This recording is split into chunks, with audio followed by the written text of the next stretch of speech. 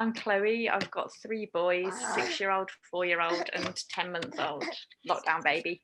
Yeah, so there's just over a year actually. The 4-year-old will be 5 in May. So I had like a 15-month gap, and then someone was a bit of a surprise last year. I had fertility issues, and I had 2 years of failed fertility treatment before I received my first. And we were at the stage we were going to go down the IVF route, so I'd stopped trying, and we went on holiday, and I forgot about it for about 6 months, and it was just like, well, there's nothing will happen in the next 6 months until we try the next stage of treatments, and then I naturally conceived. I only managed it for about 8 weeks, and I didn't have it wasn't an enjoyable experience, if I'm completely honest. I thought it was going to be, and it was nice for about 3 days, and then it was exhausting, and then it was really hard, and then he didn't want to. It was just, I think, the sleep deprivation that came with it. So it got to about the 8-week mark, and I thought, if I can just give myself a break and just express, even just say a week, and then try and get him back onto it. But then I found I think because I was so stressed about it as well, I wasn't actually producing that much when I was expressing. Or I'd try one time and only get a couple of ounces, and then another time I'd do it and I'd get about 9, and I'd still be able to feel the butt. So I knew the psychological effect was stopping the milk flowing when I was expressing, because I was just miserable.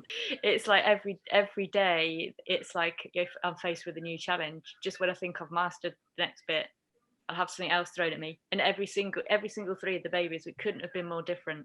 But I mean, looking back, oh God, like the tears I went through, and the feelings of regret and failure at the time, and why is it's like the most natural thing? Why can't I do it? What's wrong with me? So Ezra, my middle child, he was literally your dream baby. You couldn't have asked for an easier baby.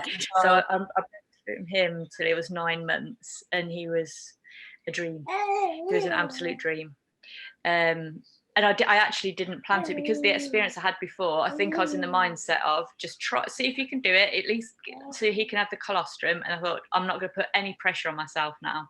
And then obviously I'd been poorly from the hemorrhage, and I was literally bedridden for 2 weeks after anyway.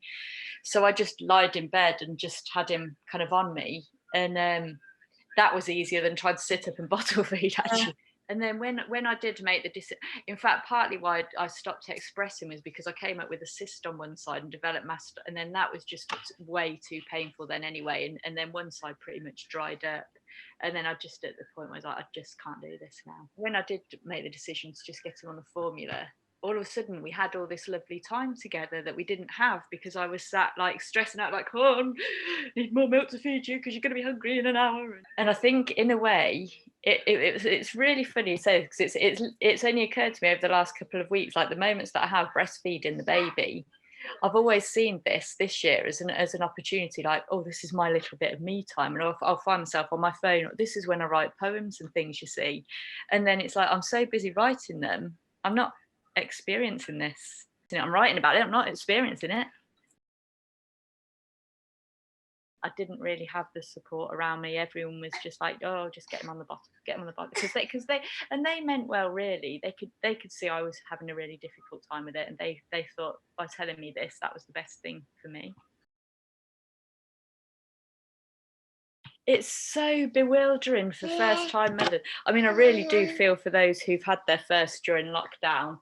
I feel like I'm lucky. This is the 3rd time for me, but for a new mother, not having that kind of, not having the interaction with other mothers as well, because just taking them to baby groups during my maternity leave with my first, literally is what kept me sane. Just getting out, meeting other mothers who are going through the same, and just chatting about things and chatting about my own feelings, and like how baffled I was about the whole situation, and understanding it's completely normal. Like we're all in this crazy situation together.